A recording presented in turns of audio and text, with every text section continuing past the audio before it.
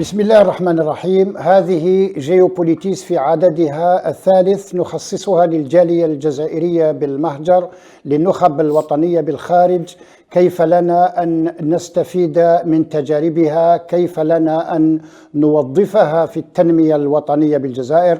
وللإحاطة بكل هذه المواضيع أسعد باستضافة الأستاذ سفيان بابا، بروفيسور في المانجمنت الاستراتيجي بمدرسة المانجمنت جامعة شيربور بكندا. أهلا وسهلا بك أستاذ.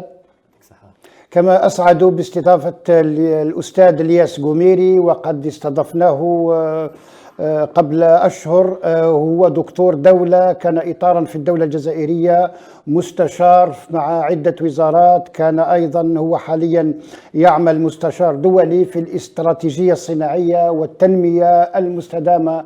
أهلا وسهلا بك أستاذ الياس قميري. شكرا.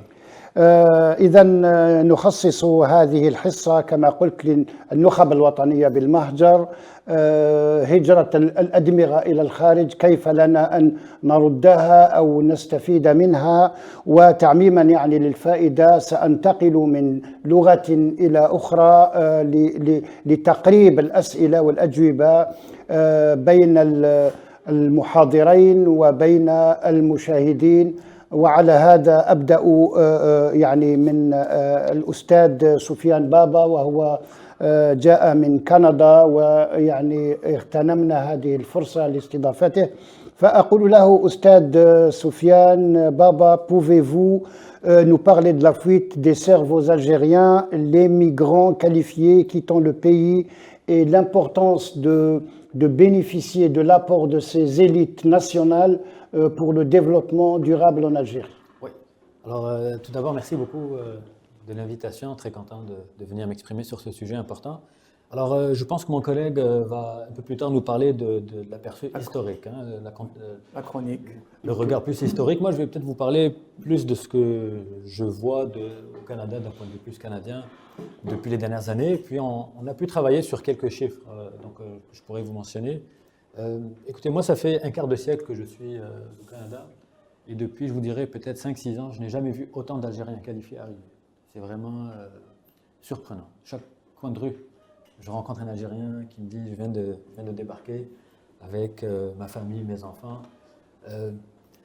Des journalistes, des étudiants, des ingénieurs, des informaticiens, parfois même des universitaires qui quittent des carrières remarquables ici et puis qui décident d'émigrer. Et de façon plus générale, alors ça fait 25 ans que je réside au Canada, mais ça fait aussi 25 ans que je viens quasiment chaque année en Algérie, donc 1 à 2 mois. Et on m'a rarement autant parlé du départ que depuis 3-4 ans. C'est-à-dire depuis 3-4 ans, chaque personne que je rencontre me parle de partir, soit pour elle, soit pour ses enfants, soit pour un cousin ou un neveu, souvent à travers le mécanisme des études. Et donc on me sollicite. Et il y a quelques années, un bachelier qui s'était démarqué par une excellente moyenne, qui avait défrayé l'actualité, qui m'a approché pour me dire « j'ai envie d'étudier à l'étranger ». Alors, ça faisait 25 ans que j'avais quitté, donc je me sentais mal de lui dire « pourquoi tu ne veux pas rester ici pour contribuer au pays ?» Et on ne peut pas, en quelque sorte, leur reprocher de quitter, hein, surtout quand il s'agit d'étudier et puis de fréquenter les meilleures universités. Mais ça soulève quand même une question fondamentale, c'est-à-dire, pourquoi autant de jeunes quittent pour étudier à l'étranger? Et 2, est-ce que l'Algérie peut vraiment se développer à la hauteur des ambitions qui sont les nôtres avec à peu près 40 000, 50 000 étudiants qui quittent chaque année? Donc c'est à peu près ce qu'on a pu trouver dans les chiffres. Donc chaque année, l'Algérie perd environ, on va dire 40 000 si on veut être modéré, 50 000 si on veut être un peu plus réaliste. 50 000 Algériens quittent chaque année, ils décrochent le bac et quittent principalement en France, mais beaucoup aussi en Amérique du Nord et de plus en plus au Moyen-Orient et vers l'Asie. Alors, 50 000 par année, sur 10 ans, ça donne un demi-million. Donc, en 10 ans, l'Algérie pourrait perdre un demi-million de brillants jeunes, parce que c'est de ça dont il s'agit. Ceux qui poursuivent leurs études à l'étranger sont souvent des gens qui ont obtenu un baccalauréat, un minima. Souvent, ils l'ont obtenu avec d'excellentes moyennes. S'ils arrivent à être admis dans de grandes universités, c'est qu'ils ont eu d'excellentes moyennes. Et souvent aussi, s'ils ont réussi à être admis, c'est qu'ils maîtrisent au moins 2 langues, voire parfois même 3 langues. Donc c'est vraiment la crème de la crème qu'on perd. Et bon, parfois on me dit, oui, mais ils finissent par retourner. C'est vrai. Mais la seule statistique qu'on a sur les retours de ces étudiants, elle date de 2021, donc c'était une étude du CREAD qui avait affirmé que 21% des étudiants algériens établis en France, donc 21%, avaient l'intention de revenir. Alors combien finissent par revenir, on ne sait pas, mais à mon avis, entre 15 et 20%. Donc autrement dit, on perd à peu près 30-35 000 étudiants chaque année qu'on forme pendant environ 12 ans. À peu près, c'est ce que ça nous prend pour les amener donc, de leur âge légal de scolarisation jusqu'au baccalauréat, donc jusqu'à la terminale. Et puis à partir de là, donc l'Algérie a investi en eux.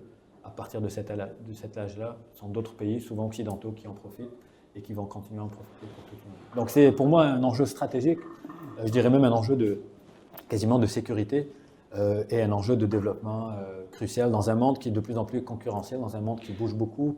On a besoin, je pense, de nos meilleurs Algériens. Ok, d'accord, merci. Pour cerner le problème de manière plus rigoureuse, je voudrais poser une question à M. Ilyes Goumeiri et lui dire de nous évoquer un petit peu l'historique et un petit peu comment peut-on qualifier ce qui est diaspora, ce qui est élite algérienne à l'étranger. À vous, M. Goumeiri. Effectivement, l'immigration algérienne a un caractère très, très particulier. Il ne ressemble, en termes de diaspora, à aucune autre, pour plusieurs raisons. D'abord, elle s'étale sur une longue période, on peut dire 2 siècles. Donc on peut, si on voulait faire une petite chronologie, je dirais que ça a commencé véritablement en 1870. Si je prends cette période de 1870 à 62 à l'indépendance, on peut dire qu'elle était essentiellement constituée de déportés, donc des gens qui ont été pris pour des raisons de rébellion, de révolte, et ont été envoyés outre-mer, Calédonie, à Cayenne, etc. Il y a aussi un enrôlement dans les troupes, donc c'était des soldats soit dans des corps supplétifs de l'armée coloniale et qui ont pratiquement été présents dans toutes les guerres, celles des guerres françaises, les guerres civiles, les guerres coloniales et les guerres mondiales. Donc on pourrait donner des statistiques, mais ça a été, disons, cette période de 1870 à 62. Ensuite, il y a eu, entre 62 et aujourd'hui, on peut dire aussi plusieurs phases. Il y a eu d'abord ce qu'on appelle les harkis, donc c'était des Algériens qui étaient donc en support à l'empire colonial, qui ont été parqués dans des zones, différentes zones en France, dans des camps. Il y a eu l'immigration économique d'ouvriers non qualifiés analphabètes, donc entre 58 et 80. Il faut bien expliquer qu'après l'indépendance, le chômage était endémique, il y avait des conditions de misère, en particulier dans les petits villages, les zones rurales, tandis qu'en France en particulier, et dans toute l'Europe, c'était la grande croissance, c'était les grands projets structurants, les autoroutes, les constructions, les HLM, l'industrie, etc. Donc les patrons étaient extrêmement intéressés d'avoir une main-d'œuvre docile, accessible et en même temps, il y a eu ce qu'on appelle le regroupement familial qui est venu un peu bien après, où ces ouvriers ont pu faire venir en France leurs familles et leurs enfants. Donc ça a été également une phase importante, substantielle aussi en nombre. Il y a eu les étudiants boursiers de l'État algérien et les diplômés en France à partir de 1975. Donc il était très facile d'obtenir une bourse de l'État pour aller étudier. Nous allons voir, puisqu'on a parlé déjà des étudiants, ce que sont devenus ces étudiants à l'issue de leurs études, mais c'était parmi les premières communautés étrangères dans les universités et les campus. J'étais dans l'université de Grenoble, il y avait 17 000 étudiants et il y avait 1100 étudiants algériens. Donc, vous voyez, donc c'était une proportion importante. Mais parmi les 1100 étudiants algériens, il y avait un seul étudiant, c'était plutôt une étudiante, qui était issue de l'immigration, donc dont les parents vivaient en France. Et nous étions tous des boursiers venus d'Algérie. Il y a eu aussi les boursiers de Sonatrach, donc, qui ont été surtout orientés vers les grandes universités américaines. Donc c'était entre 70 et 82. Donc Sonatrach avait des accords avec des grandes universités, les plus prestigieuses. Et donc un grand nombre d'étudiants ont été envoyés dans ces universités.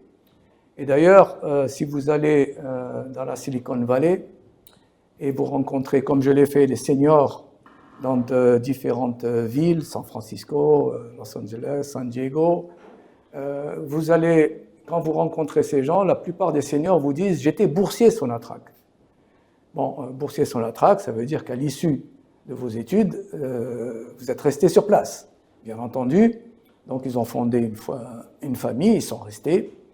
Et ils disent d'ailleurs, ils expriment vouloir en quelque sorte, entre guillemets, rembourser, donner, parce qu'ils disent l'Algérie nous a tout donné, nous a permis de venir ici, les études sont extrêmement... Ils ont une dette envers leur patrie. Une dette qu'ils voudraient rembourser par une contribution, aussi large soit-elle.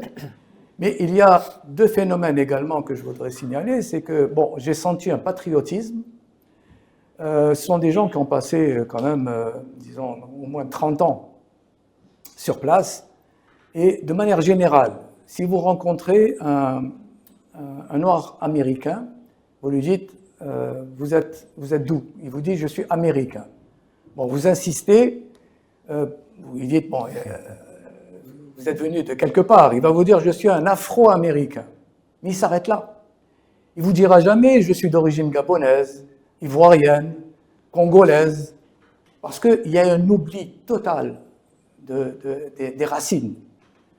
Donc, si vous regardez là, du côté de nos nationaux, vous allez voir qu'ils vous disent non seulement je suis d'origine algérienne, mais ils gardent leurs racines, non seulement avec leur famille en Algérie, mais leur village, ils sont attachés à leurs origines et ils transmettent à leurs enfants toutes ces valeurs. Ça m'a impressionné, je les ai vus, donc il y a quand même un caractère très particulier, vous ne le trouvez pas partout ailleurs, mais il y a quand même un émoussement, en quelque sorte, de ce patriotisme, et c'est là où je voudrais attirer l'attention de nos dirigeants, c'est que maintenant que s'exprime cette volonté, payer une dette par exemple, ou contribuer, ou rembourser, ou comme vous voulez, il est très important de s'attacher à cette volonté et de se dire, ça ne pourra pas durer tout le temps comme ça. Le temps va effacer les origines. Vous êtes dans une société, vos enfants, même si vous venez de temps en temps, il y en a qui ne peuvent pas venir très souvent, et à la fin, il se peut que, dans je ne sais pas combien d'années, ces enfants ne retrouvent plus ce lien, je dirais, des origines, et veuillent autant que leurs parents et leurs aînés le faire. Donc il y a une question de temps, il faut utiliser maintenant cette possibilité d'utiliser cette diaspora. Je continuerai à dire qu'il y a des étudiants non boursiers, on n'en parle pas beaucoup. Mais vous savez que les familles envoient leurs enfants étudier à l'étranger, mais c'est eux qui payent les études. Donc en quelque sorte, ils échangent leurs réserves, leurs revenus pour pouvoir payer les études à leurs enfants. Et M. Baba pourra vous donner des chiffres. On peut estimer combien ça coûte à l'Algérie. Et pour la plupart, il faut l'avouer, c'est le constat, c'est un aller simple. Ces enfants, à l'issue, ou ces étudiants, à l'issue de leurs études, très très souvent ne reviennent pas, restent en France. Il y a eu aussi la vague importante, cette fois, c'est beaucoup plus des professionnels, des artistes, des journalistes, des cadres médicaux, des cadres supérieurs, qui ont été des candidats à l'exil sécuritaire dans les années 90. Donc pour des raisons, je dirais, d'exposition au terrorisme et autres, ces gens donc ont, pour la plupart, ont immigré vers la France et d'autres pays.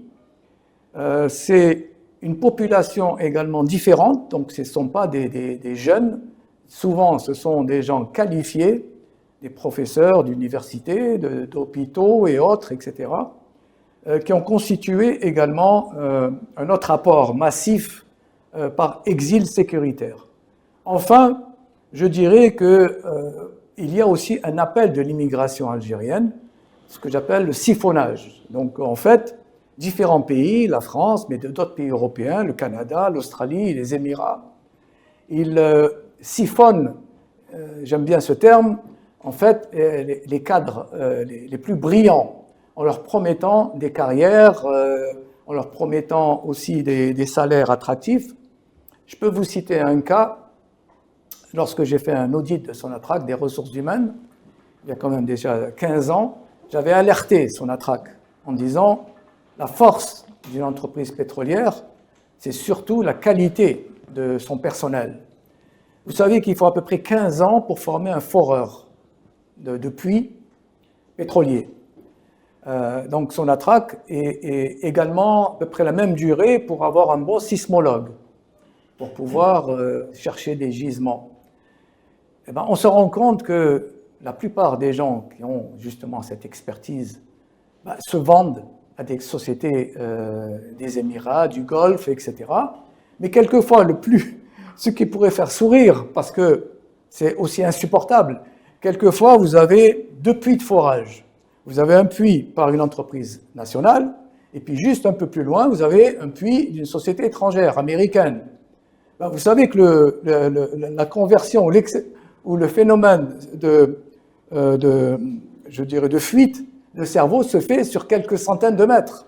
C'est-à-dire que le directeur du forage, qui est dans une société publique, va aller dans cette société américaine, mais il reste sur place et il a un contrat avec une société étrangère. Mais pour l'Algérie, c'est une perte, donc il va falloir le remplacer, reformer pendant une durée très très longue. Donc, ce que je peux, en résumé, te dire, c'est qu'effectivement, si je considère que c'est une immigration très particulière, je ne pense pas qu'il y ait beaucoup d'exemples par rapport à ce que je viens de dire, je terminerai en disant qu'il faut essayer de scinder un peu cette diaspora en sous-groupes et apporter un traitement particulier et approprié à chacun de ces groupes. Par exemple, les entrepreneurs, qui sont donc des gens qui ont des entreprises, qui sont à l'étranger et qui prospèrent. Donc ceux-là, ils ont une vue particulière sur leur possibilité d'intervention ou de retour en Algérie. Il ne faut pas les associer aux universitaires, qui sont, eux, dans un autre rôle, d'enseigner, d'encadrer des recherches, etc. Il y a aussi ce qu'on appelle les experts consultants, donc ce sont des gens qui sont dans le conseil, et qui sont très précieux parce qu'ils peuvent apporter leur concours et faire progresser la réflexion, la bonne orientation des États, des dirigeants, et enfin les professionnels, qui sont eux aussi une autre population. Donc il est important de discerner et d'apporter des réponses en matière de réflexion sur l'insertion, de ne pas mettre la diaspora ou les non-résidents tous dans un même package, et de dire on va appliquer les mêmes méthodes, les mêmes approches pour tout le monde. اوكي دكور ميرسي. الجاليه الوطنيه في كندا من انجح الجاليات في العالم لانها جاليه متمكنه من دراستها، لان كندا بلد لا يسمح بالتسيب ولا بالتسرب. كندا تسمح للطلبه الجزائريين ان يتقدموا جدا في دراساتهم وفي اعمالهم، ولذلك يعني هناك جاليه وطنيه بكندا قويه جدا. السؤال موجه للاستاذ Soufiane Baba. Comment l'Algérie peut-elle bénéficier de l'apport des élites algériennes vivant au Canada, et comment pourrait-elle capter et attirer de nouveau vers elle les étudiants très avancés dans leurs études ou dans leur monde professionnel au Canada? Oui, merci. C'est une très bonne question et une grande question aussi. Peut-être juste, je vais revenir un peu en arrière et puis on va répondre à la question. Okay. Vous avez commencé l'entrevue en me demandant finalement quel est l'état des lieux. L'état des lieux est quand même, quand on voit les chiffres, relativement dramatique à mes yeux. Vous m'avez demandé finalement quel est le lien entre la fuite des cerveaux et le développement. La fuite des cerveaux, finalement, c'est un capital humain dans lequel on a investi qui s'évapore. Et la science est claire, les connaissances, tout ce qu'on sait sur le capital humain, c'est le capital humain est le capital le plus important pour un développement d'un pays. Développement économique, développement social, développement sous toutes ses facettes. Et ce capital humain qui s'évapore, il a un coût pour l'Algérie. On peut l'estimer à peu près 7 milliards de dollars par année. Donc tous ces étudiants qui quittent et qui ne reviennent pas coûtent 7 milliards de dollars à l'Algérie, plus toutes les contributions potentielles que ces gens-là auraient pu apporter à l'économie, donc des contributions finalement que l'Algérie ne verra jamais. Alors, ayant dit ça, maintenant la question est de savoir comment on peut profiter de ces Algériens, vu qu'ils sont déjà de toute façon établis à l'étranger, donc ça peut être un levier pour l'Algérie. Pour l'instant, je pense que le problème est double, c'est-à-dire qu'on a des départs massifs et des retours relativement minimes, mais c'est que la communauté algérienne aussi établie à l'étranger n'est pas, à mes yeux, n'est pas suffisamment structurée pour pouvoir contribuer de façon, on va dire, à plein potentiel. Je peux vous donner l'exemple du Canada. Moi, je travaille dans une association qui s'appelle la Fondation Club Avenir. C'est une association qui a été formée, créée en 2002 par 3 Algériens très connus, Bachir Halimi, Si Ahmed Aïna et puis Taïeb Hafsi. Et leur ambition à l'époque, c'était de rassembler les Algériens et de montrer au Canada, au Québec, que les Algériens qui s'établissaient au Canada, c'était la crème de la crème. Et l'ambition de la FCA à l'époque, c'était de casser les préjugés qu'on pouvait avoir sur les Maghrébins, et notamment sur les Algériens. Ce qu'on voit 20 ans après la création, quasiment en fait 25 ans après la création de la Fondation Club Avenir, c'est que vous avez raison. La communauté algérienne établie au Canada, composée à peu près de 130 000 personnes, officiellement recensées, elle est remarquable. Ce sont des gens qui réussissent remarquablement bien, des gens bien intégrés. Monsieur Goumiri a présenté les 4 sphères, donc les experts consultants, les entrepreneurs, les chercheurs et les professionnels. On retrouve une représentation dans toutes ces catégories socio-professionnelles. Maintenant, ce qui manque, à mes yeux, ce sont des courroies de transmission, des canaux, d'abord pour consolider la diaspora, la communauté algérienne établie à l'étranger, parce que c'est finalement une force diplomatique. Mais il faut lui donner les moyens de se structurer. Pour l'instant, malheureusement, elle n'est pas suffisamment structurée. On a recensé 75 associations récemment au Canada, mais je vous dirais qu'elles travaillent souvent de façon isolée et sans forcément d'agenda convergent ou de vision stratégique globale. Donc, à mes yeux, la première chose déjà que l'Algérie pourrait faire, c'est d'abord de prendre acte des pertes considérables, 7 milliards de dollars. Et à mes yeux, si on veut réduire cette perte, il faut investir. C'est-à-dire ça prend de l'argent pour réduire la perte. Et donc investir dans le renforcement des capacités de la diaspora. Ça, pour moi, c'est déjà quelque chose d'important. Alors, on a 2 grandes communautés à l'international. Au Canada, une communauté que je connais bien. En France, mais si je parle du Canada, je vous dirais que l'écosystème, il est là, il est présent, il a besoin d'une aide. Plein de pays le font et l'ont fait. Nos voisins maghrébins, les Turcs, les Chinois, plein de pays ont contribué directement à la consolidation de cet écosystème. Une fois qu'on a une communauté nationale ou des non-résidents structurés, l'Algérie peut plus facilement en profiter. On a des vis-à-vis, on a des associations. Donc ça, pour moi, c'est le premier travail. Le deuxième travail, c'est de ne pas réinventer la roue. C'est-à-dire que depuis 20-25 ans, il y a énormément d'Algériens établis à l'étranger qui ont essayé des choses avec l'Algérie. Dans certains cas, on a eu des résultats positifs. Dans d'autres cas, on a eu des échecs. Et parfois, on a eu des résultats mitigés. Je pense qu'il serait erroné de vouloir réinventer la roue aujourd'hui. Essayons de capitaliser sur ces expériences. Qu'est-ce qu'on retient des échecs? Qu'est-ce qu'on retient des réussites? Et quels mécanismes on peut trouver pour aller de l'avant? Ce que je peux vous dire, je parle avec beaucoup d'Algériens établis au Canada qui ont testé ou tenté des choses en Algérie. Je vous dirais qu'il y a une forme d'épuisement quasiment psychologique à l'idée de faire affaire avec une bureaucratie qui est très lourde. C'est vraiment pour moi, à mes yeux, c'est ce que j'entends le plus. On dirait que cette bureaucratie-là est un frein considérable qui démotive les gens. Ok, d'accord. إلى هنا نكون قد أتينا إلى نهاية الجزء الأول من حصتنا الثالثة من جيوبوليتيس، وتركنا الكلام في العملاق البيروقراطي الذي يأكل النخب الجزائرية ويدفعها إلى يعني البحث عن مصادر، عن يعني مناخ آخر للعمل وللدراسة أحسن. لا تذهبوا بعيدا.